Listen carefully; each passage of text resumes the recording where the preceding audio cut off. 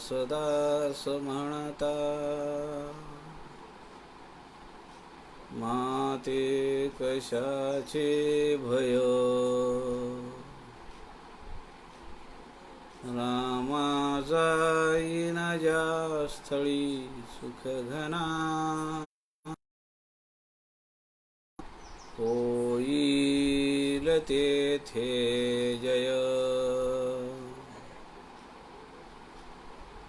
रामाया भुवनात्रयी तुझ विणा, नाही रुजा तारक.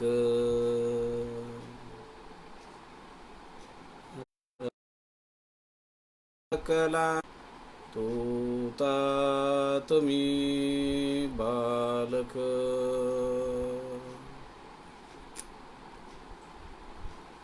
सुका सारिखे पूर्ण वैराग्य ज्याचे, वसिष्ठा परी मला वाटते, अंतरी त्वा वसावे. तुझ्या दासबोधासी त्वा बोधवावे, अपत्या परी पाजवी प्रेमरसा. महाराजया. सज्जन हो, नमस्कार. समर्थ रामदास स्वामींच्या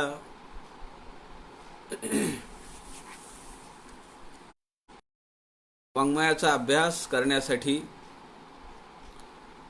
समर्थांच्या वाङ्मयातील अनेक आयामांचं चिंतन करण्यासाठी आदरणीय प्रवीणजी शास्त्री दिवाकर यांनी संत समागम याच वेळामध्ये गॅप पडतो आहे.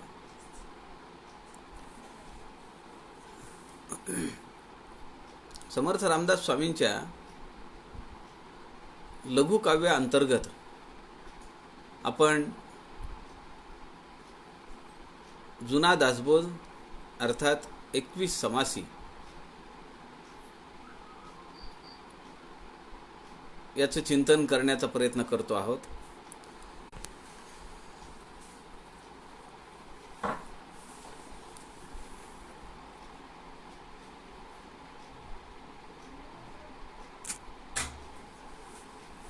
काल आपण ओवी क्रमांक 65 पर्यंत आलो होतो.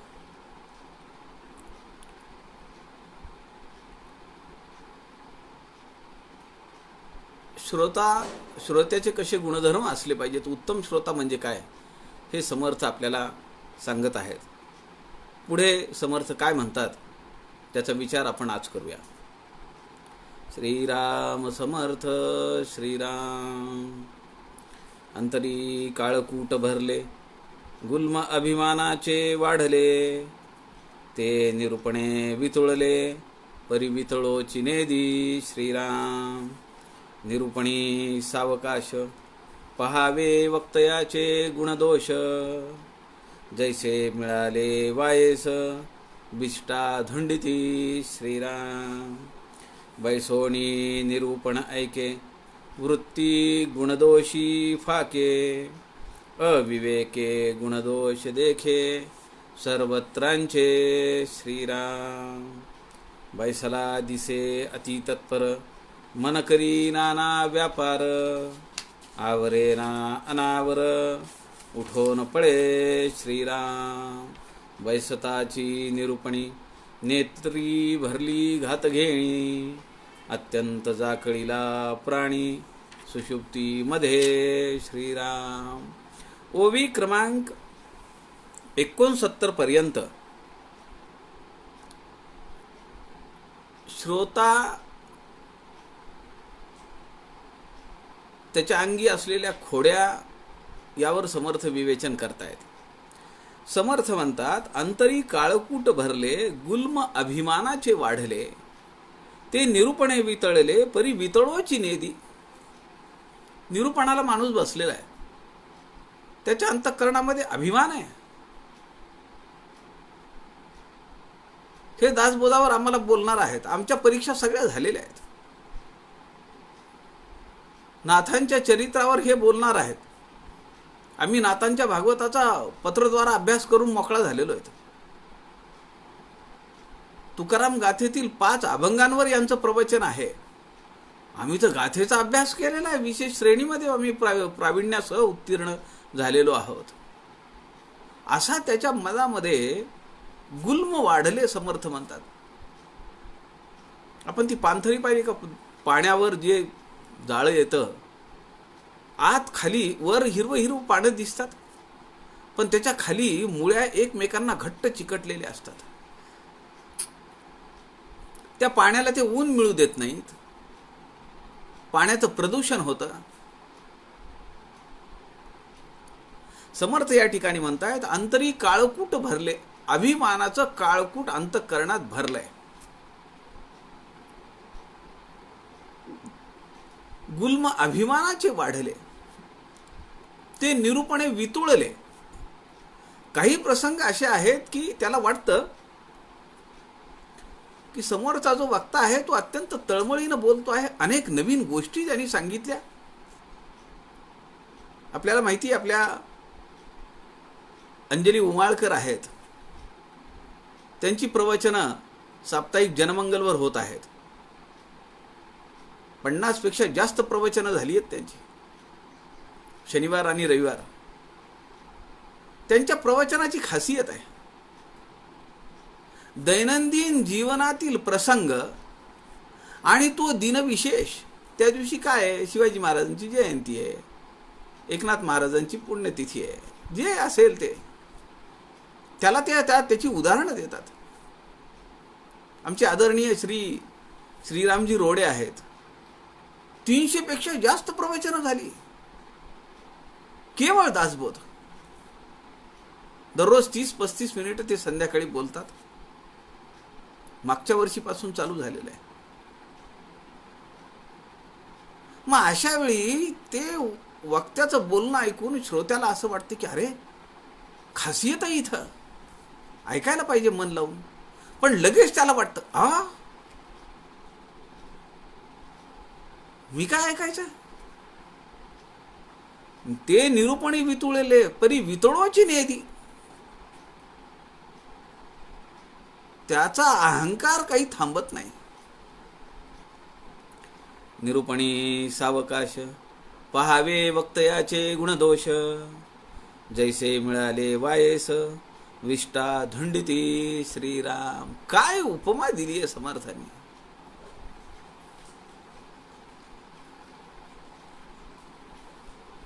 निरूपणी सावकाश, एवढा छान विषय चाललाय. प्रवचन चालू आहे, निरूपण चालू आहे, आणि हा दुर्गुणी श्रोता काय करतो? फक्त त्या निरूपणातले दोष बघत राहतो. कुठं चुकलंय, कुठं चुकलंय, कुठं चुकलंय, कुठं जीभ घसरली, कुठं सणवार चुकला, बोलताना शब्द अडखळला, सगळं लक्ष तिकडे. त्याला दृष्टांत काय दिलाय समर्थांनी? कावळे किती चांगल्या ठिकाणी राहू द्या, त्यांचं लक्ष कुठे आहे? विष्ठेवर आहे. कुठे आहे? कुठे मिळेल, कुठे मिळेल, त्यांचं सगळं लक्ष तिकडे आहे. बैसोनी निरूपण ऐके, वृत्ती गुणदोषी फाके, अविवेके गुणदोष देखे, सर्वत्रांचे श्रीराम. अशा श्रोत्यांच्या अंतःकरणात विवेक नाहीये, ते अविवेकी आहेत. आणि त्या अविवेकाच्या बळावर हे केवळ वाईट गोष्टी बघण्यामध्ये तत्पर आहेत. बघा ते कसा पाय हलवतात, बघा ते कसा हात हलवतात.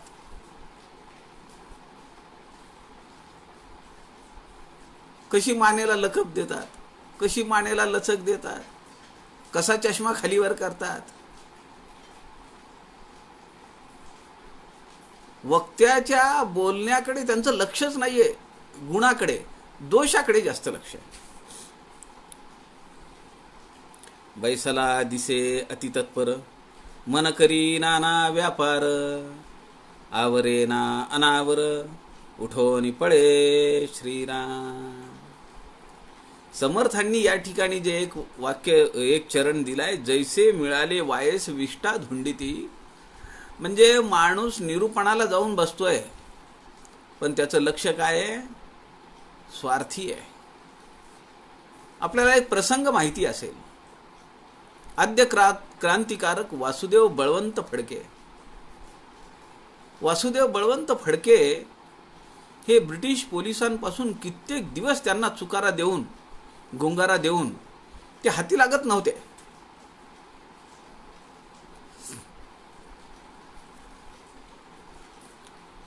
ते आले,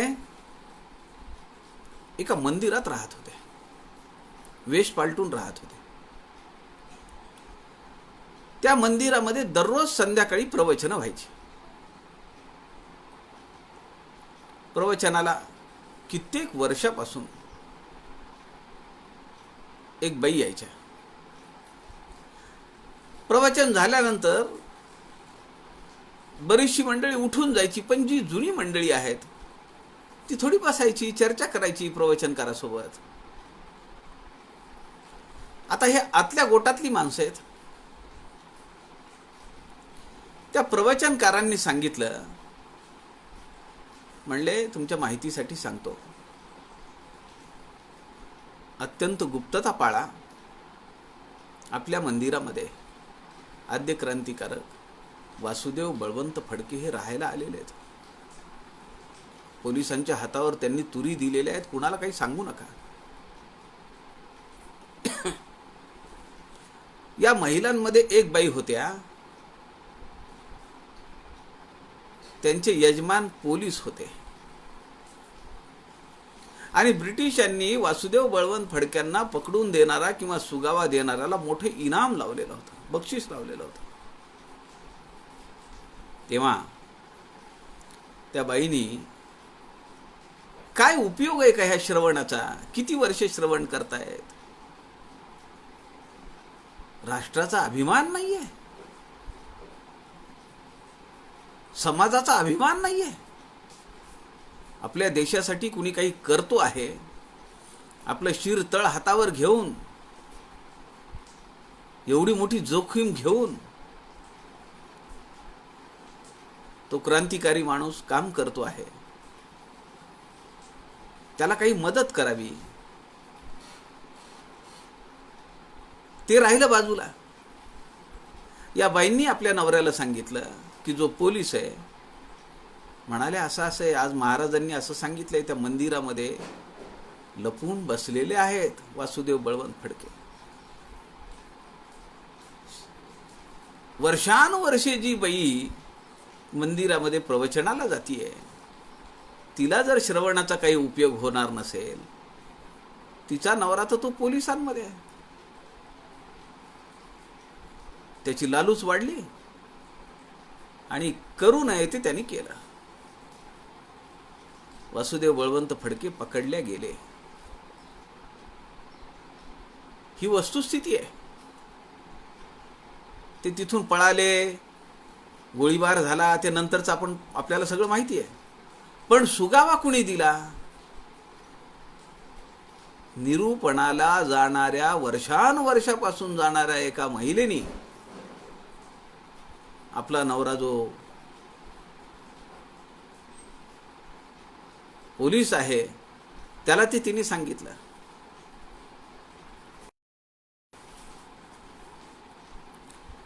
समर्थ या ठिकाणी म्हणतात, जैसे मिळाले वायस विष्टा धुंडिती.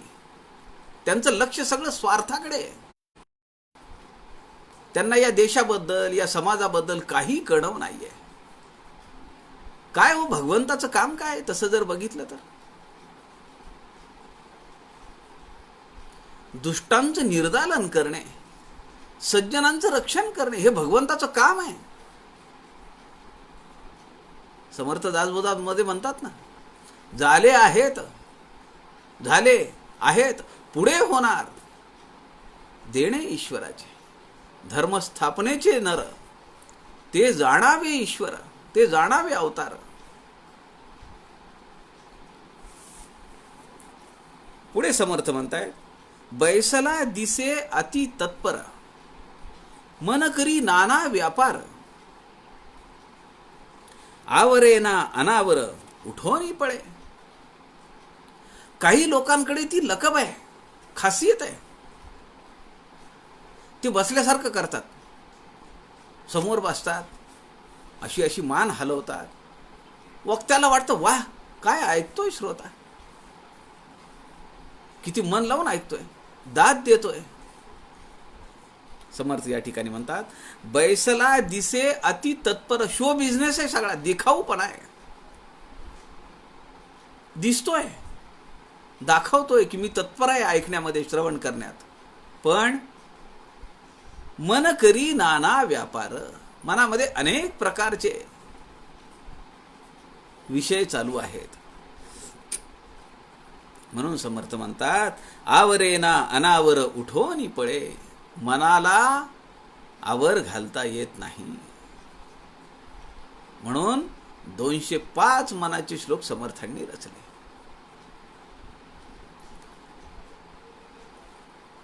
समर्थ रामदास स्वामींना एकाने विचारलं, मनाला उपदेश का करता? ते म्हणाले, सगळ्याला सांगून पाहिलं, काही उपयोग नाही, आता मनाला सांगितलं पाहिजे. कारण मन काय आहे? हे मेन स्विच आहे. ह्या मेन स्विचलाच बदललं पाहिजे.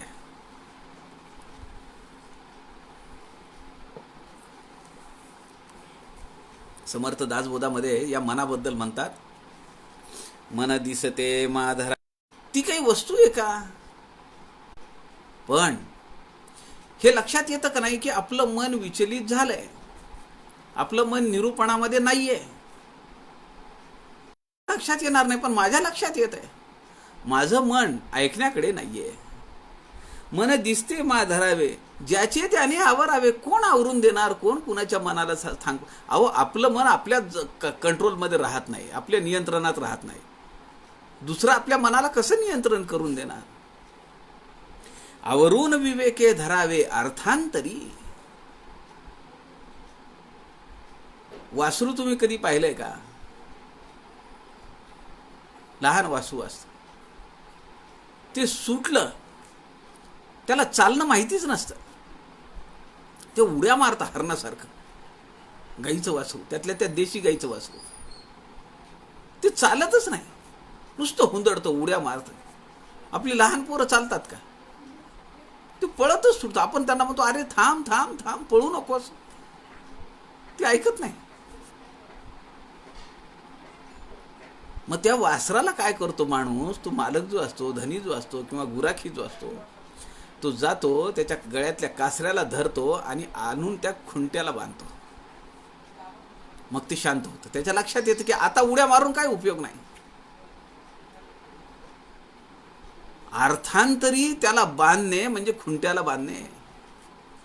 वासराला जसं खुंट्याला बांधायचं, मग ते उडत नाही. असं मन आपलं बिन थाऱ्यावर राहणार नाही, पण आपल्याला मानता आलं पाहिजे, आणता आलं पाहिजे त्याला. असं पकडून आणायचं. पुन्हा निरूपणाच्या काय सांगितलं होतं मागच्या 2 मिनिटाखाली? मागच्या ओवीचा अर्थ काय सांगितला होता? असं आपल्याला करता आलं पाहिजे. अर्थप्रमेय ग्रंथांतरी शोधून घ्यावे अभ्यंतरी.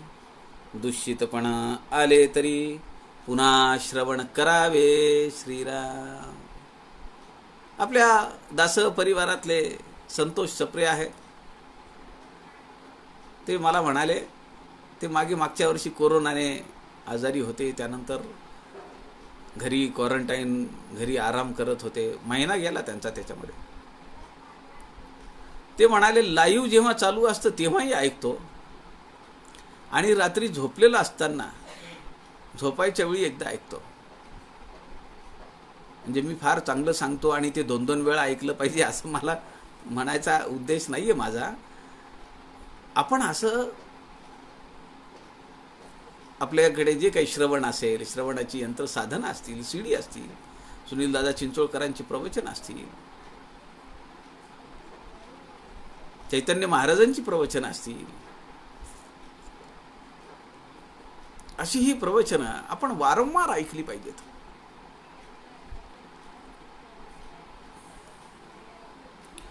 पुष्पाताई प्रभूने आता सध्या औरंगाबादला आहेत. मी सांगितलं, मला वाटतं 2-4 दिवसाखाली त्यांचे चिरंजीव दासहमध्ये होते. अत्यंत कमी वयामध्ये काळाचा घाला पडला. ही सगळी मंडळी ठाण्याला होती, ती सगळं ठाणे सोडून आता औरंगाबादला आली आहेत. कारण त्यांचं माहेर औरंगाबाद आहे, भगिनी त्यांची बहीण औरंगाबादला असते.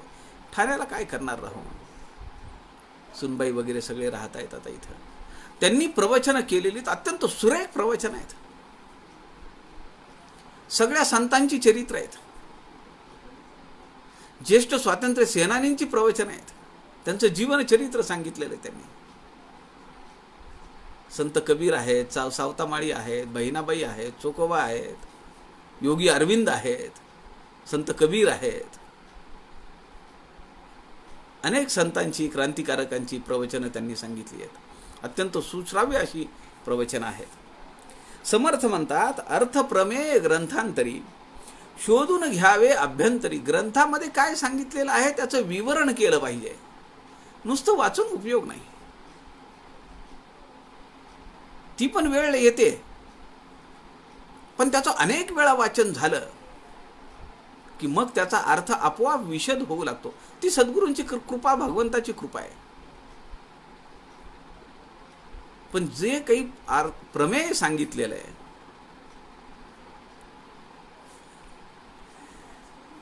त्याचा अर्थ विशद केला पाहिजे, त्यावर मनन चिंतन झालं पाहिजे. समर्थ म्हणतात, शोधून घ्यावे अभ्यंतरी. आणि हे करत असताना दूषितपण आले तरी, दूषितपण म्हणजेच पुन्हा मन जर इतरत्र भटकत असेल, मन करी नाना व्यापार, तसं दूषितपण आले तरी पुन्हा श्रवण करावे. आता ओवी क्रमांक 70 पासून समर्थांनी निद्रा विलास सांगितलेला आहे. आपल्याला माहिती आहे, दासबोधामध्ये एक समास आलेला आहे, निद्रा निरूपण. दशक 18 समास 9. आणि तो निद्रा निरूपण समास वाचत असताना मला माझ्या बालपणातले अनेक दिवस आठवलेले आहेत. कारण आम्ही ज्या वाड्यामध्ये राहत होतो, 14-15 भाडेकरूंचा तो वाडा होता. वाड्याला एक ओसरी होती आणि संध्याकाळी तिथं हे निरूपण चालायचं. ते महाराज पोथी सांगायचे आणि ते जे लोक बसलेले असायचे वाड्यातले, ही सगळी मंडळी, जेवण झालेलं असायचं आणि त्या ओसरीवर खांबाला टेकून, भिंतीला टेकून, पायरीवर अशी सगळी मंडळी बसलेली असायची. ते सगळं चित्र माझ्या डोळ्यासमोर निद्रा निरूपण समास वाचताना येत आहे. समर्थ म्हणतात, बैसताची निरूपणी नेत्री भरली घात घेणी, अत्यंत जाकळीला प्राणी सुषुप्ती मध्ये श्रीराम. कडकडा जांभया येती, डकडका डुकल्या देती, घाविरे होऊन पाहती, क्षणाक्षणा दुचिते श्रीराम. नेत्री झापडी पडिली, वेंबळ मुके विकासली, नावरे सर्वांगी भरली, निद्रा बळे श्रीराम. निशेष देहे भावगळे, न वचती नेत्र उघडिले, एकते कलथोनी पडिले, एकी फोडिले ब्रह्मविणे श्रीराम. जागृतीसी नाही ठाव, जैसे डुलती मानुभाव, मने मांडिला उच्छाव सुख निद्रेचा श्रीराम। निद्रा प्रवेशे अभ्यंतरी तेव्हा विवेकासी कैसी सरी। धारिष्ट पडे दुरीच्या दुरी जागृती विषयी श्रीराम। श्रोता निरूपणाला बसलेला आहे आणि श्रवणाच्या मध्ये येणारा सगळ्यात मोठा विक्षेप कुठला आहे? ती म्हणजे झोप।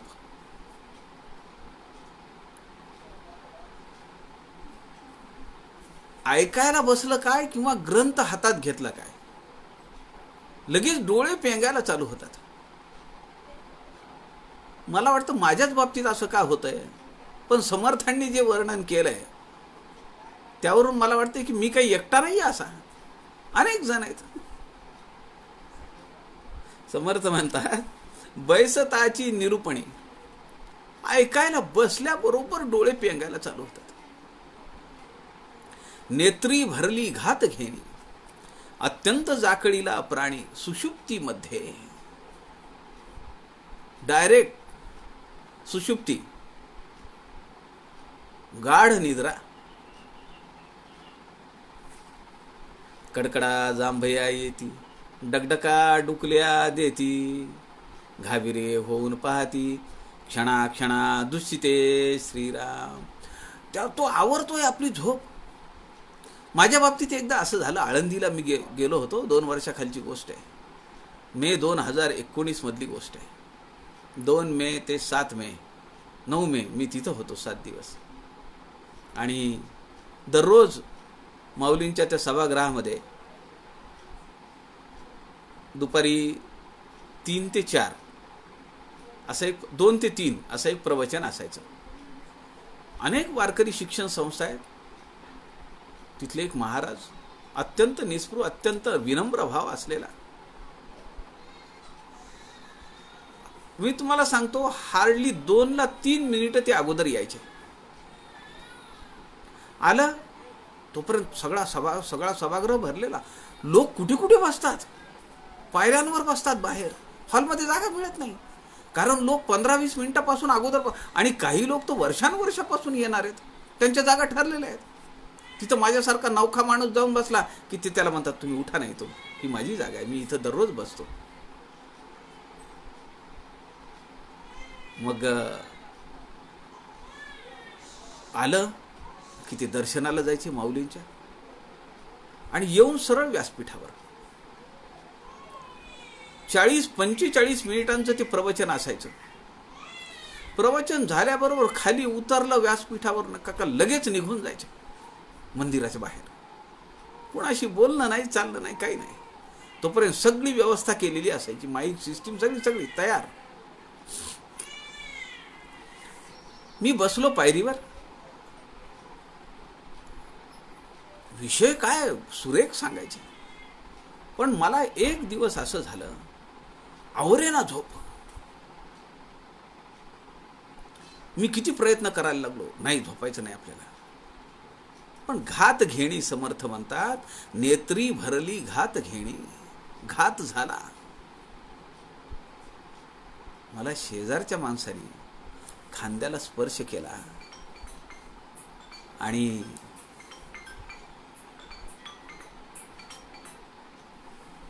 त्यांनी स्पर्श केला मला आणि खुणावलं, झोपू नका। समर्थ या ठिकाणी म्हणतात, कडकडा जांभया येती, डगडका डुकल्या देती, घाबिरी होऊन पाहती क्षणाक्षणा दुःसिते। असं ज्याला होत असतं तो घाबरून बघतो, मला कोणी पाहिलं तर नाही, मला डुकली आली होती, मला कोणी पाहिलं तर नाही, आणि मग तो अशी डोळे करून पाहतो इकडे तिकडे, तो लोकांना दाखवतो की मी झोपलेलो नाहीये। नेत्री झापडी पडिली,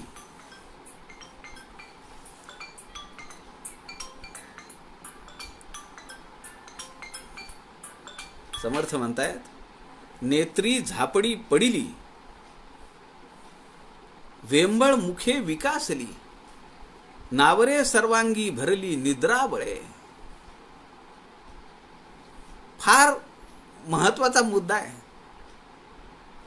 लक्षात येणार नाही पटकन काय समर्थ म्हणतायत. जो झोपलेला आहे, वेंबळ मुखे विकासली, नावरे सर्वांगी भरली निद्रा बळे. जो माणूस गाढ झोपलेला आहे त्याला तुम्ही पहा. काही काही लोकांचे चेहरे एवढे भेसूर दिसतात, असं वाटतं का माणूस घाबरून जाईल यांच्या चेहऱ्याकडे पाहून. तोंड आ केलेलं असतं, जीभ एखादी बाहेर आलेली असते, चेहरा वाकडा झालेला असतो. समर्थ म्हणतायत, वेंबळ मुखे विकासली. ही जी निद्रा आहे, ही जी झोप आहे श्रोत्याला आलेली, ती त्याच्या चेहऱ्यावर दिसतीये. यावरून झोप किती भयानक आहे, निद्रा किती भयानक आहे, ते समर्थांना आम्हाला सांगायचं आहे. चेहरा भेसूर दिसतो, पाहावं वाटत नाही. ज्या माणसाशी आपण गप्पा मारतो जागेपणी, त्याच्यासोबत प्रवास करतो, त्याच्यासोबत जेवण खाणं फिरणं सगळं करतो, पण ते झोपलेला जेव्हा असतो तेव्हा त्याचा तो भेसूर चेहरा पाहिल्यानंतर आपल्याला घाबरल्यासारखं होतंय. निद्रा एवढी भयानक आहे. निशेष देहभाव गळे, नवचती नेत्र उघडिले, एकते कलथोनी पडिले, एकी फोडिले ब्रह्मविणे श्रीराम. जो अत्यंत जवळ जाऊन बसलेला होता प्रवचनकाराच्या, निरूपणकाराच्या,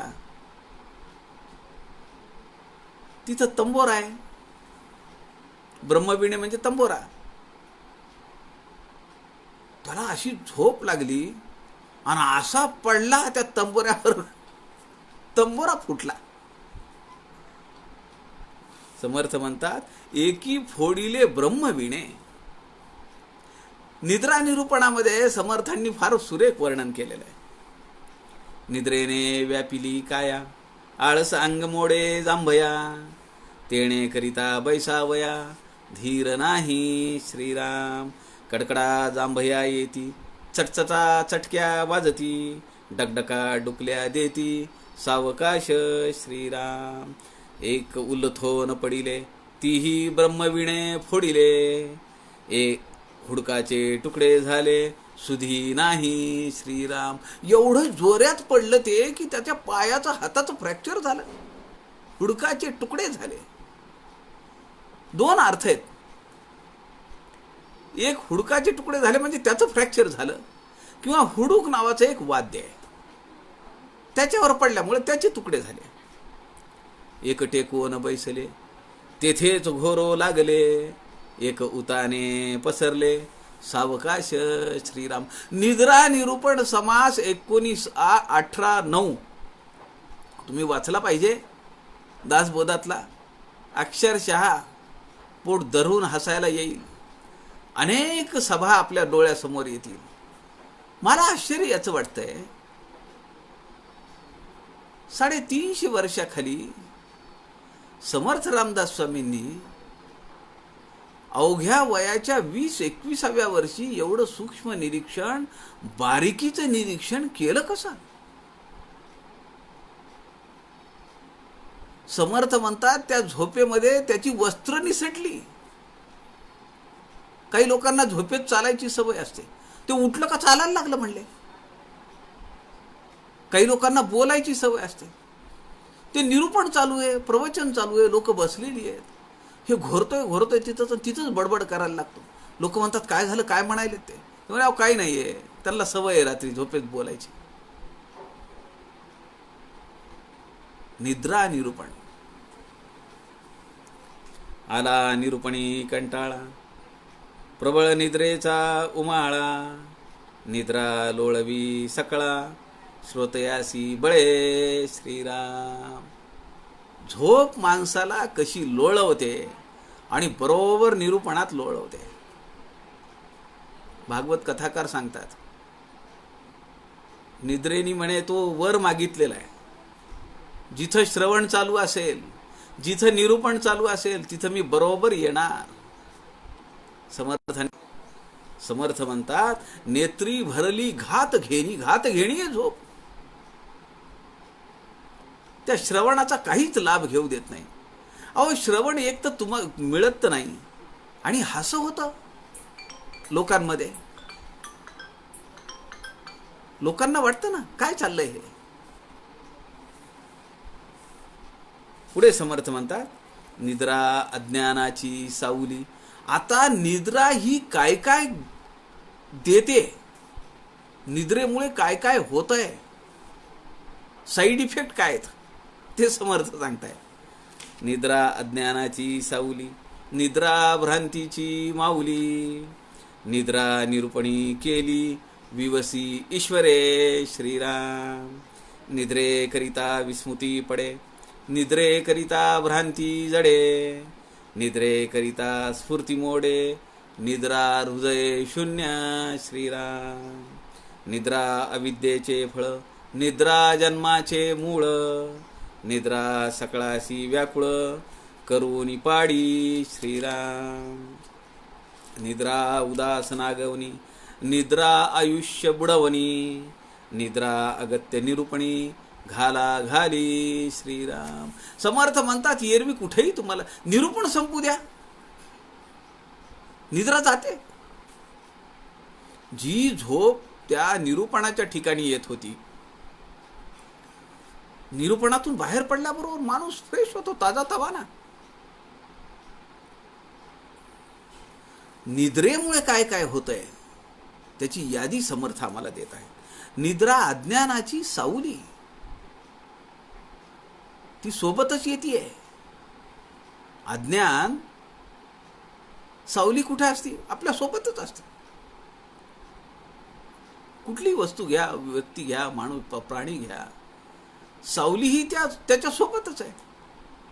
निद्रा अज्ञानाची सावली, निद्रा भ्रांतीची माऊली आई आहे. भ्रांतदर्शी करून टाकते अनेक संशय. निद्रा निरूपणी केली विवसी ईश्वरे. किती भयानक आहे.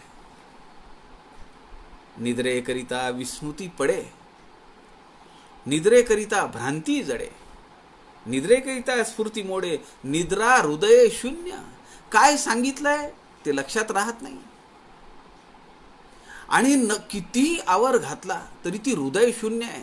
तिला काही वाटत नाही की अरे हा साधक किती मोठ्या अगत्याने प्रेमाने बसलेला आहे, त्याला त्याच्या जीवनाचं अंततोगत्वा ध्येय साध्य करून घ्यायचं आहे. मोठ्या लांबून आलेला आहे, प्रवचनकार एवढ्या लांबून आलेले आहेत, तो ऐकायला बसलेला आहे, स्थळ पवित्र आहे, पण ती हृदय शून्य आहे. तिला काही मुलाहिजा वाटत नाही. निद्रा अविद्येचे फळ, निद्रा जन्माचे मूळ. अविद्या पुन्हा पुन्हा ती जन्म घ्यायला लावते, कारण या मोहमायेत अडकते, दृश्य विश्वामध्ये अडकते. निद्रा सकळासी व्याकुळ करोरी पाडी. अत्यंत विरळा लोक आहेत की ज्यांना निद्रेवर विजय प्राप्त करता आलेला आहे. मी पाहिलेलं आहे. आमचे ग्राहक तीर्थ बिंदू माधव जोशी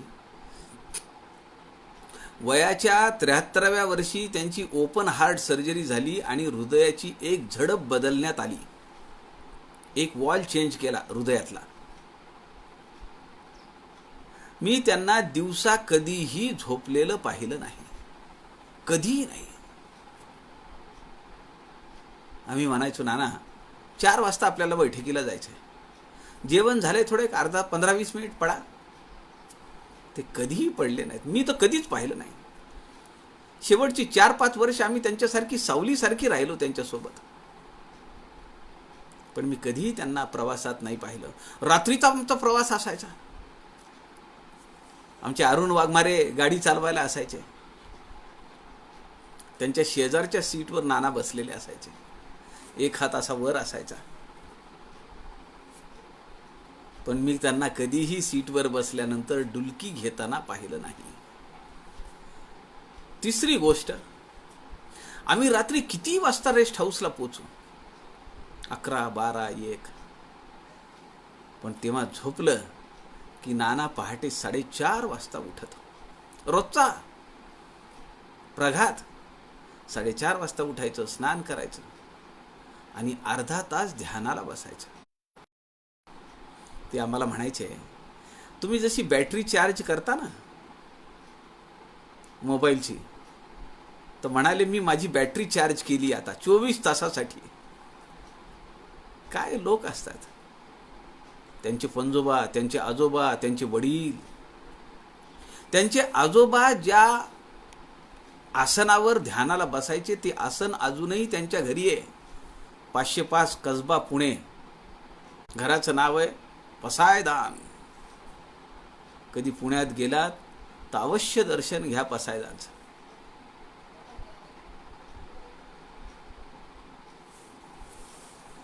समर्थांनी ही सगळी पिलावळ जी आहे ही निद्रेची आहेत म्हणून सांगितलंय. समर्थ एक अभंग हिंदीमध्ये त्यांनी एक काव्य रचना केलेली आहे. ते म्हणतात, जाग जागो रे भाई जमसे करो लढाई. या निद्रेच्या विरुद्ध आमचं युद्ध पुकारता आलं पाहिजे आम्हाला. जाग जागो रे भाई जमसे करो लड़ाई. जागो जागो मन में बुझो माया धंधा झूठा. जागो जागो मन में बुझो माया धंधा झूठा. अलख पलक परयंकर देखो आया काल चपेटा. काळाचा चपेटा आहे. चपेटा म्हणजे आपल्याला माहिती आहे, हनुमंताचा चपेटा. एक चपेटा लावला, एक थापड लगावली का राक्षस कुठल्या कुठे जाऊन पडायचा. अलग पलक परयंकर देखो आया काल चपेटा. दृढ़ भक्ति के सीले पेने एक भाव का घोडा. भाव भक्तीचा घोडा घ्या, त्याच्यावर जाग होऊन बसा, युद्धाला तयार व्हा. राम नाम जप माला लेवो भगाव काल की पीडा. हातामध्ये हत्यार काय पाहिजे, घोडा कोणता आहे, युद्धभूमी कुठे आहे. जाग जागो रे भाई जमसे करो लड़ाई. दृढ़ भक्ति के सीले पेने एक भाव का घोडा. आणि हत्यार काय आहे, जपाची माळ आहे. राम नाम जप माला लेओ भगाओ काल की पीड़ा. रामदास प्रभु जी के सेवक कहा सुनो तुम भैया. मी तर कोण आहे, प्रभूचा सेवक आहे. रामदास प्रभु जी के सेवक कहा सुनो तुम भैया. मनुष्य देह सो व्यर्थ गवाया अंतकाल पछताया.